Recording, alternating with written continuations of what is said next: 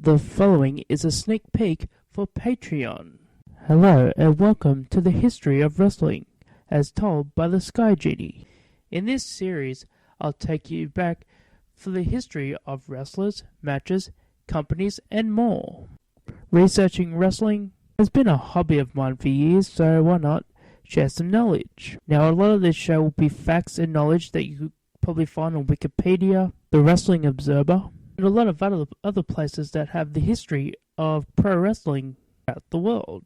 This topic will be the National Wrestling Alliance.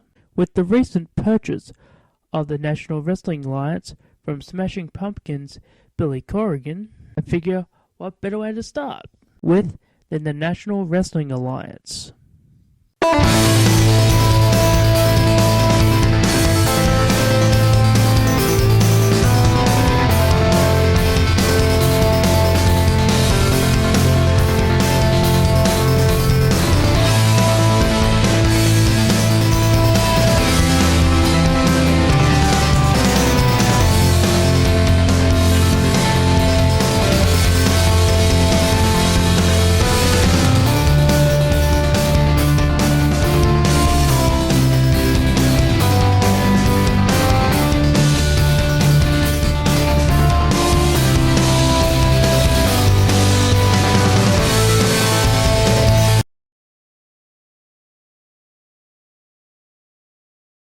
Before the NWA was founded in 1948, there existed many regional promotions across North America promoting its own world champion. None of them, however, had the backing or recognition outside of their own respective geographic-based areas. The concept of the NWA was to consolidate the championships of these regional companies into one true world champion of pro wrestling, whose holder would be recognized worldwide. In 1948, Paul Pinky George, a promoter from the West, founded the original version of the National Wrestling Alliance, with the backing of 5 other promoters: Al Haft, Tony Stretcher, Harry Light, Orville Brown, and Sam Muchnick. This newly formed NWA Board of Directors wanted Brown to be the first ever NWA World Heavyweight Champion. Orville Brown, sadly, in a car accident, was forced to relinquish the World Heavyweight Championship, so the NWA went with Lou Thesz.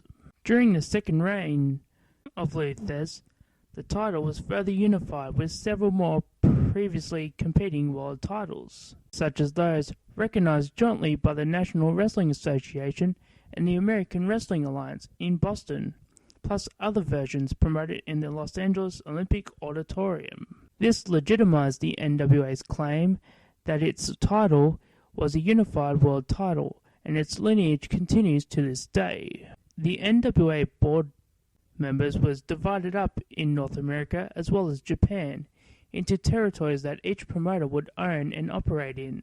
Having a territory meant no other NWA member could promote wrestling in that area unless special arrangements were made between the promoters involved. If non-NWA promoters tried to promote their show in an NWA territory, then other members of the group were obligated to send stars to help force the intruder out.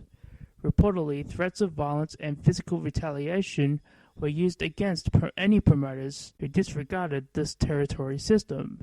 If any members broke the NWA rules, it faced expulsion and risked missing out on having nationally known wrestlers appear in their local shows. For promotions under the NWA umbrella, the benefits of the membership were well worth the dues.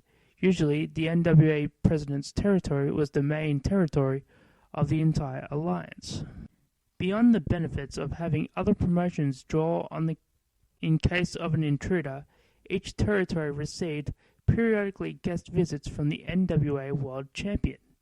The championship did not have a home territory as such, but would travel from territory to territory, defending the title against the top stars of each territory. A number of former NWA World Champions would often remark that their primary goal was to make top stars in each territory look good and receive crowds the impression of those local heroes, to show they had the potential of being world champion by almost winning the title.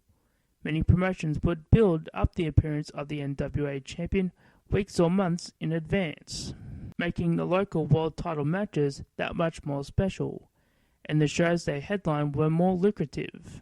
In addition, each NWA member portion of the promotion usually produced a TV show that aired in their territory only, meaning that the local fans saw the world champion when he came through the area, not year-round. It was not just the champion that would travel from territories often.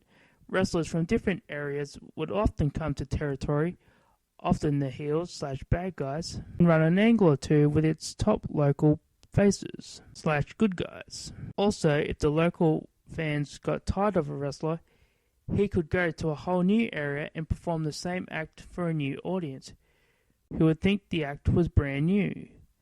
This storyline was often advanced in areas from the competitor departing as resulting from an outcome especially high promoted loser leaves town match. If you'd like to check out more of this show, then go to Patreon. The link is in the description below.